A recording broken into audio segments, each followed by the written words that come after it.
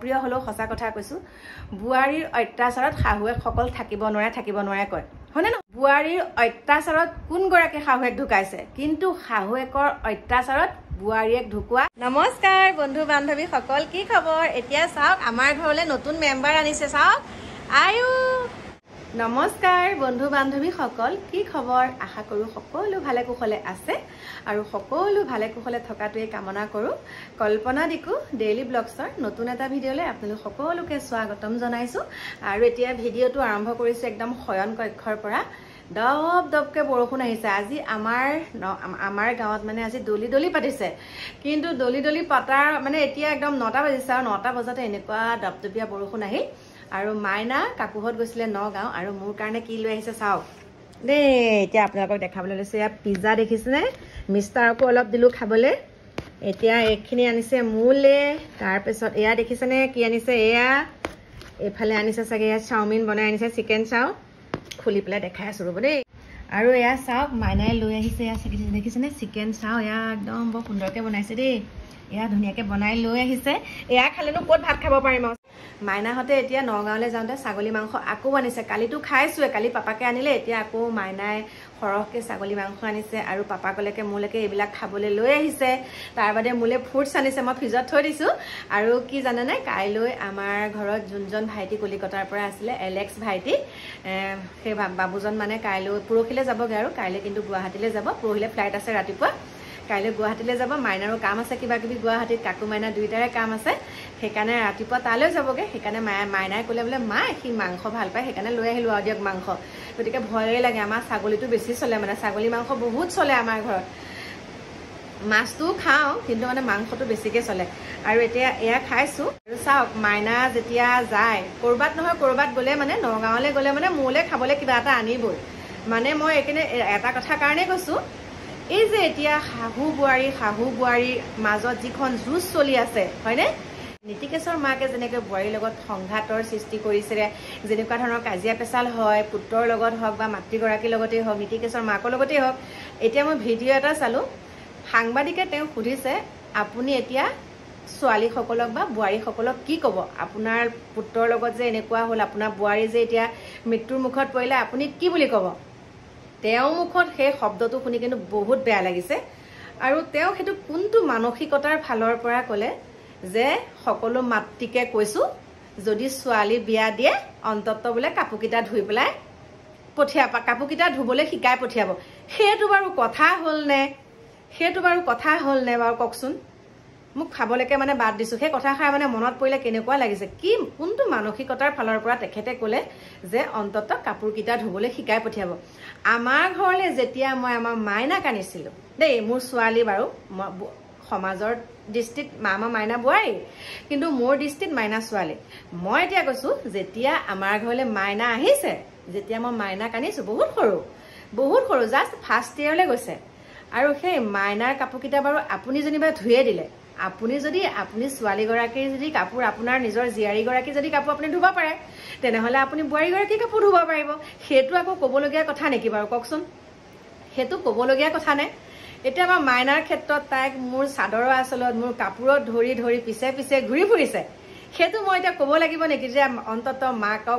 মাকে শিকাই পঠিয়াওক শাহুৱেকৰ লগত বোৱাৰীগৰাকী কেনেকৈ থাকিব লাগে সেইটো মই তেনেকৈ ক'ব লাগিব নেকি সেইটো আপুনি কোনটো ফালৰ পৰা কৈছে নাজানো আৰু আপোনাৰ যিখিনি কথা কোৱাৰ ভাৱ ভংগী মই ভাবোঁ মোৰ বিবেচনাৰ মতেদি মই এতিয়া কৈছোঁ আপুনি ইমান সহজকৈ আপুনি বোৱাৰীগৰাকীক ৰখা নাছিলে কিন্তু দেই আপুনি যেনিবা কাপোৰকেইটা ধুলে তাৰপিছতে সেইটোৱে দুইটাৰ ভিতৰত একেলগে খায় একেলগে সেইখিনি হাজবেণ্ড ৱাইফলৈ কৰিবই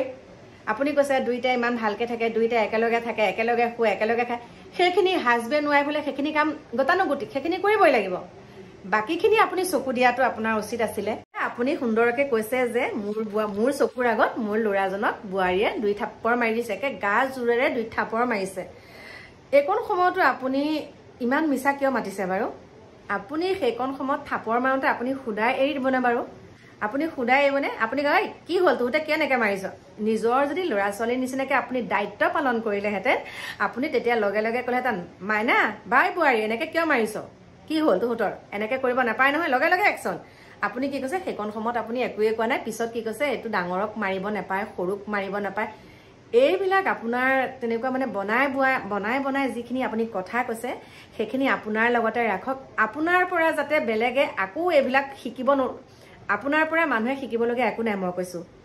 আপোনাৰ যোনখিনি আপুনি কথা কৈছে আহাচোন আপুনি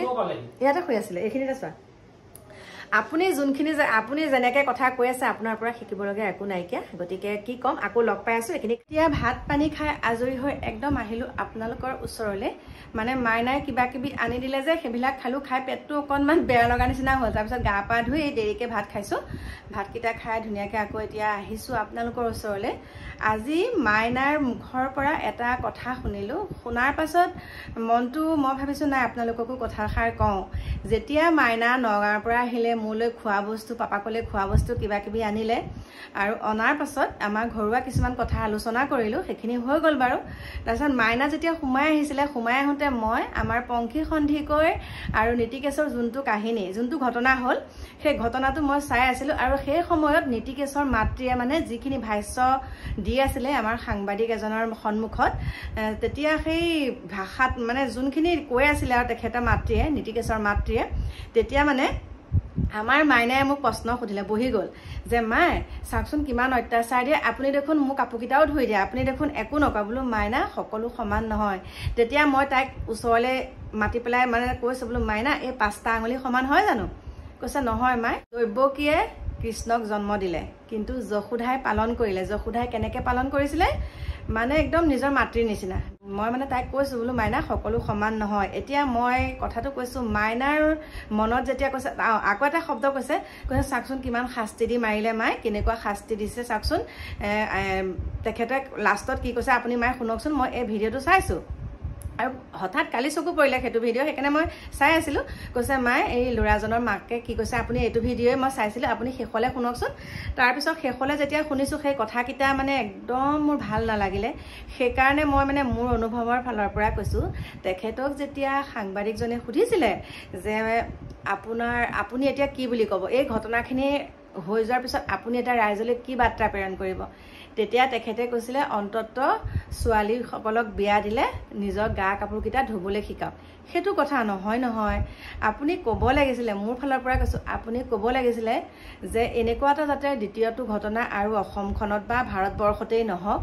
যিটো ঘটনা মই মাতৃ হিচাপে বাৰু কৈছো মোৰ পুত্ৰজনে পংখীক মৰা নাই কিন্তু গোটেই অসম পৃথিৱীখন কপাই যোৱা যিটো ঘটনা হ'ল সকলোৱে কৈছে মোৰ ল'ৰাটোৱে মাৰিছে যদিহে মাৰিছে তেনেকৈ আৰু দেই যিহেতুকে মাতৃ তেওঁ ক'ব লাগিছিলে যদি মোৰ ল'ৰাই একদম কৰা হয় এই ঘটনাটো তদন্ত কৰি যদি মোৰ ল'ৰাই দোষী শাস্তি মানে মোৰ তদন্ত কৰি পেলাই যদি মোৰ ল'ৰাজনীয়ে সঁচাকৈ হয় অপৰাধী তেনেহ'লে মোৰ চকুৰ আগত মাৰি দিলেও মোৰ কথা নাই মানে যাৱজ্জীৱন কাৰাদণ্ড দিয়ক তেনেকুৱা এটা ঘটনা যাতে দ্বিতীয়বাৰ হ'ব নালাগে আৰু সকলো মাতৃকে আহ্বান জনাইছো আপোনালোকৰ ছোৱালীগৰাকীক বিয়া দিয়াৰ আগত আপোনালোকে সুন্দৰকৈ চাই ল'ব সকলোখিনি আজি যিটো কষ্ট মই পাইছো সেইটো কষ্ট আপুনিও পাইছে মোৰ ল'ৰাজন যেতিয়া